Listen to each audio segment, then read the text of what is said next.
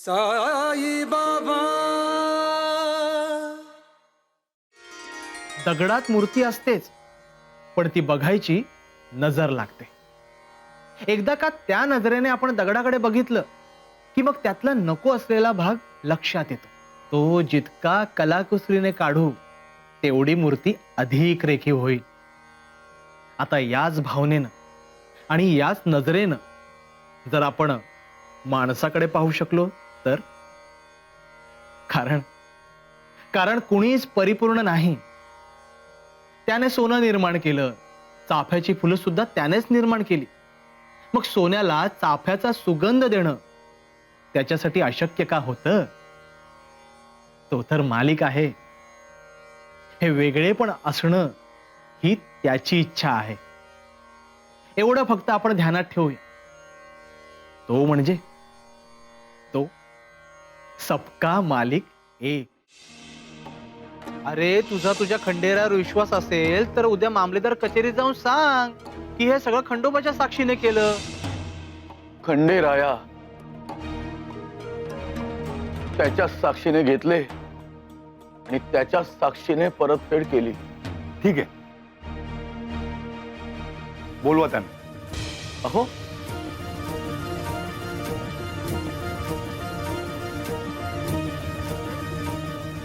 आलो आलो.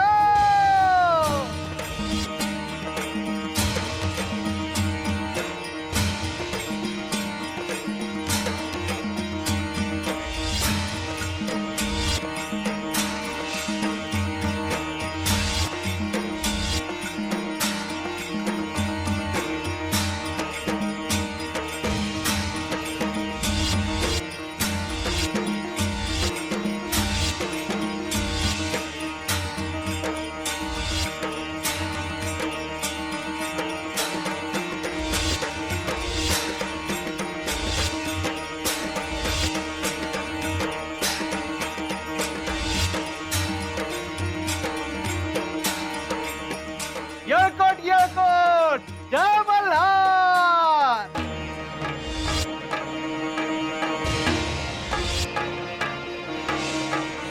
खंडेराया ये म्हणे तू हा?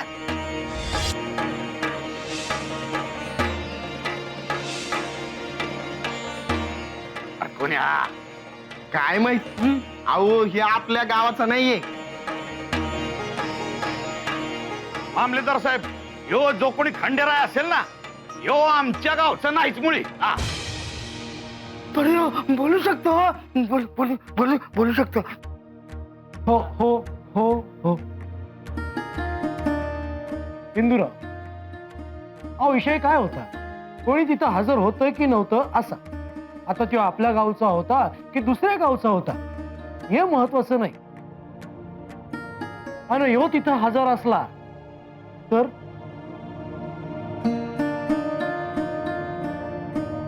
वैसापती ह्यो तिथं होता.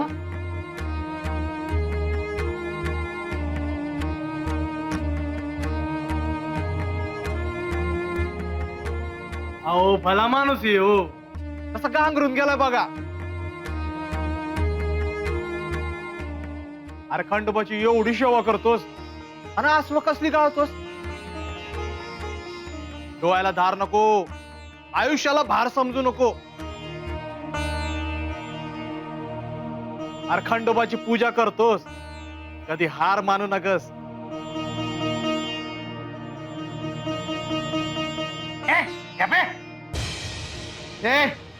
चल जब गुमान बाहेर हो. चल निघ. नाद कराल तर पाडीन दात, नाही तर करीन भुई सपाट.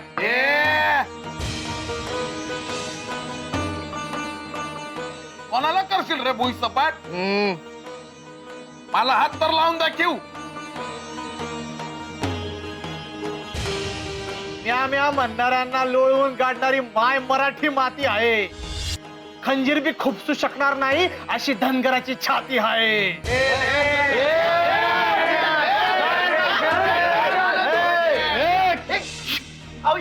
शांत व्हा, शांत व्हा सगळेजण. मी विचारतो त्यांना काय विचारायचं. चंदुराव बसा बसा कोतबाई. खंडोजीराव, म्हाळसापतींनी पैसे परत दिले तेव्हा तुम्ही तिथे हजर होता? वयजी.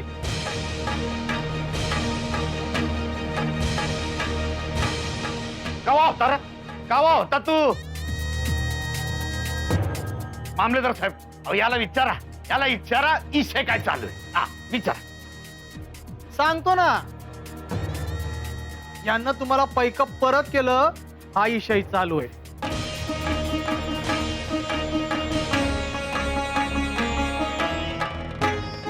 आणि तवा मी हजर होतो.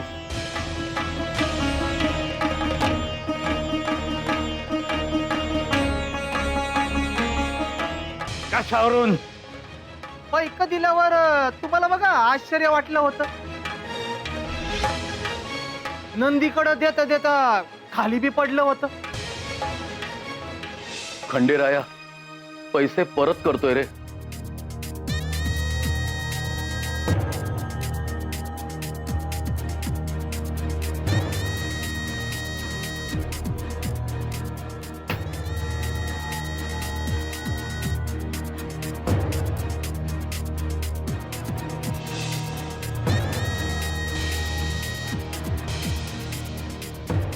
आठवतं का? मग तुम्ही यादाचा इशे उकरून काढलात.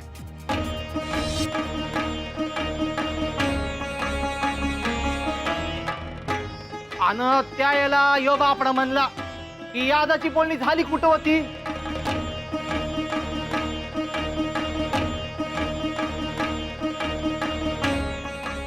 हो हो असंच झालं होतं.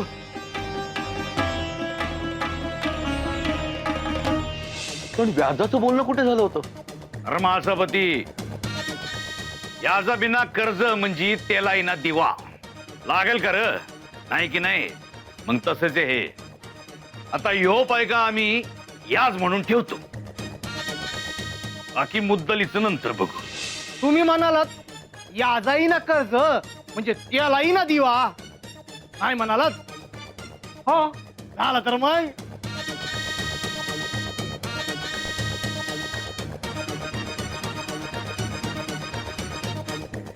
नाही.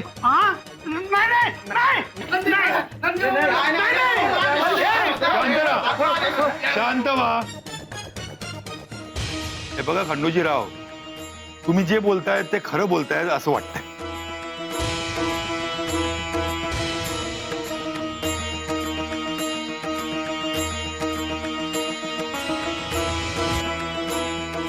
पण मला एक प्रश्न पडलाय. यांच्यापैकी कोणीही तुम्हाला बघितलं नाही, पण तुम्हाला सगळी माहिती आहे.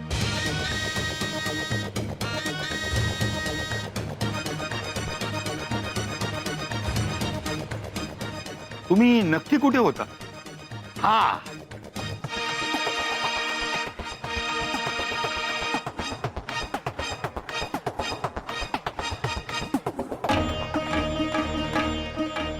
अवघड माणूस आहे हो. डोईवर कर्जाचा भार आहे ना, त्याला आठवण झालंय. ती पण साफ करायला त्यानंच मला सांगितलं होतं. यात येथूनच बघत होतो.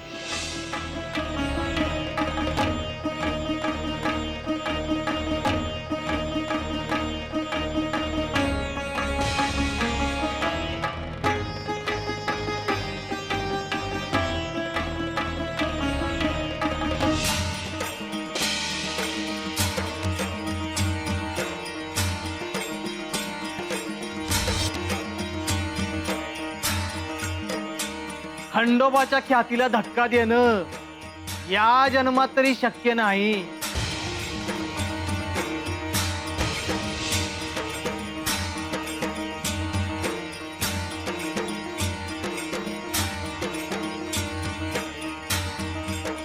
समजलं का? येळकोट येळकोट, जय मल्हार.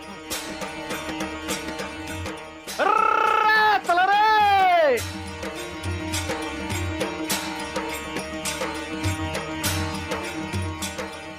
पती, अहो तुम्ही उगा घाबरत होता. यो होता की तिथं? हो, मला त्यांचे आभार मानायलाच हवेत. आलो मी.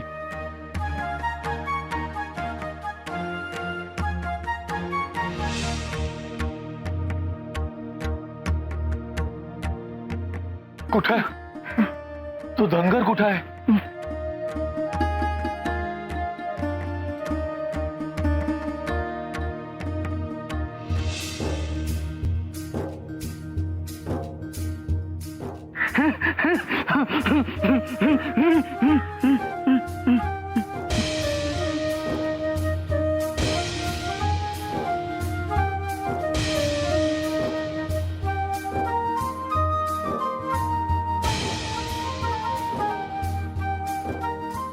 हे तर साई. धनगर कुठे आहे? साई शिर्डी आपण कोपरगाव.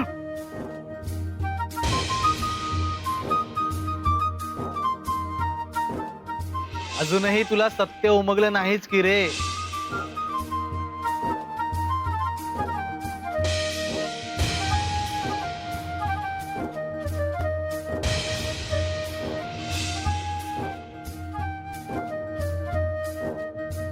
इंदुराव, आता पुढल्या वेळेस जरा तयारीने या. लागोपाठ 2 वेळा असं घडलंय. कुठला डाव आमचाच असेल आत्ताच सांगून ठेवतोय. बघूया. बरं दादा, तुम्ही जरा थांबा आणि बाकीचे गेले तरी चालतील.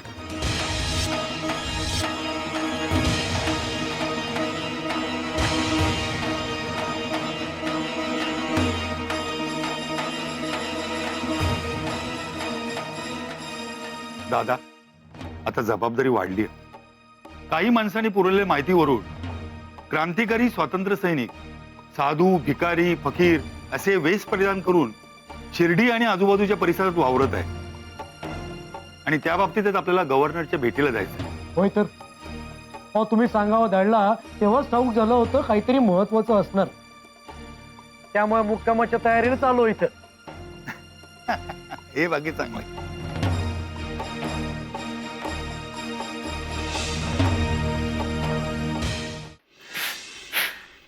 चंद्रे, ए चंद्रे, तुझ्या दादल्याला सांगितलं आहे ना व सरकार आज मामलेदारांकडे जाणार आहे.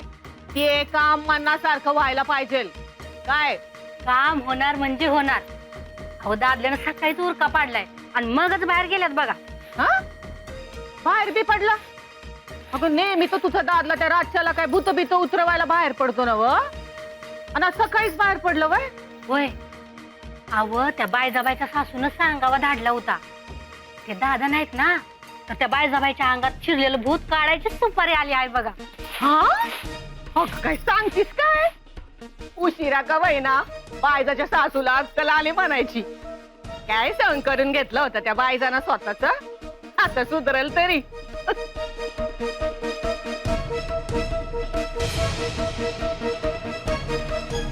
ए अगं नको नको नको, जाय पहिली दादल्याला माघारी घेऊन ये. जाय. पण का येडे का काय का खुळ्याचं खुळे पण काढण्यात आपला काय आलाय फायदा? बाईचं खुळीच राहिली पाहिजे. तू जाय पहिली, जाय पोते पाटलाच्या वाड्यात ना दादल्याला माघारी घेऊन ये. जाय पळ लवकर. अहो पण ते येवानं गेलं बी असेल आणि त्याने कामगिरी बी सुरू केली असेल की. आता मी आज सांगतेय ना व, माझा हुकुम आहे, जाऊन त्याला सांग. आता तू जाते का नाही? त्याला घेऊन ये लवकर, जा. पण हे काम कोण करायचं? अगं बाई ते म्या करती, तू जाय पहिली. जाय जाय पळ लवकर, जाय.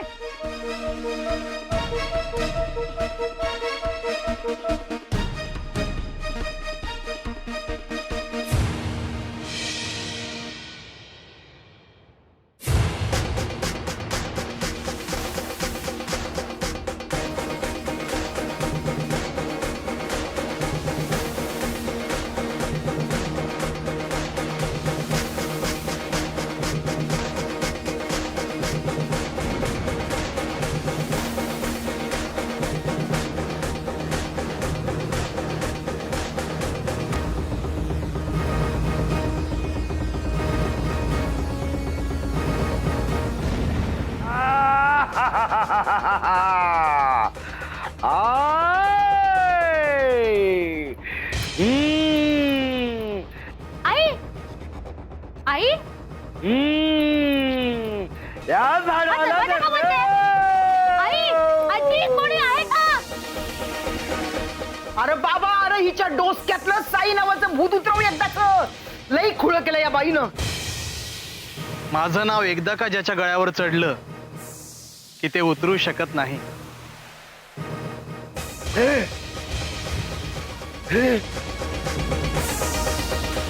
दरवाजा उघडा ना कोणीतरी.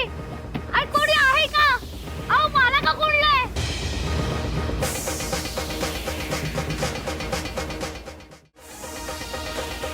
अरे बाबा, असं काय बघतो? एकदा वर एकदा खाली. घाबरलं घाबरलं, या दगड उभा भक्ताला घाबरलं. वरती जात, गच्चीत खालती येत.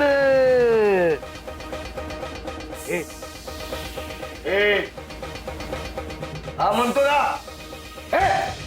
जाऊ नको, आता तुला सोडणार नाही.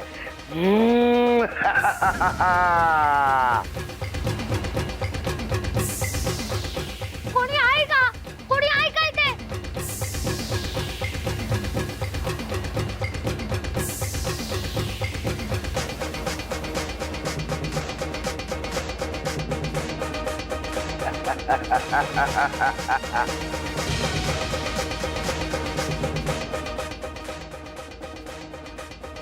जा म्हणतो ना, तिच्या मानगोटीवरून निघून जा. हे बघ, हा लई खतरनाक आहे. हे बघ, उगा मला फडकू नको. भूत बीत काय नाही हो. साई लेकरू आहे माझं लेकरू. असं लेकरू कधी आईच्या मनातून जात आहे होय? लेकरू असं म्हणती?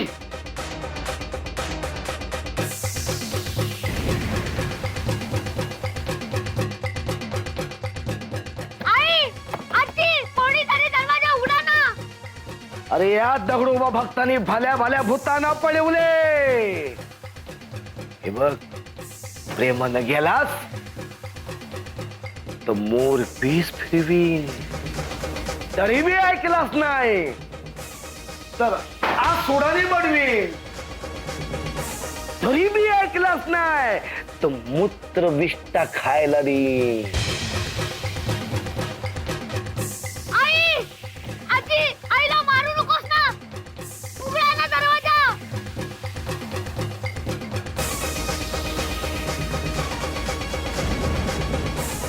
ये बाबा, अरे याचा काय बी परिणाम होत नाहीये बघ.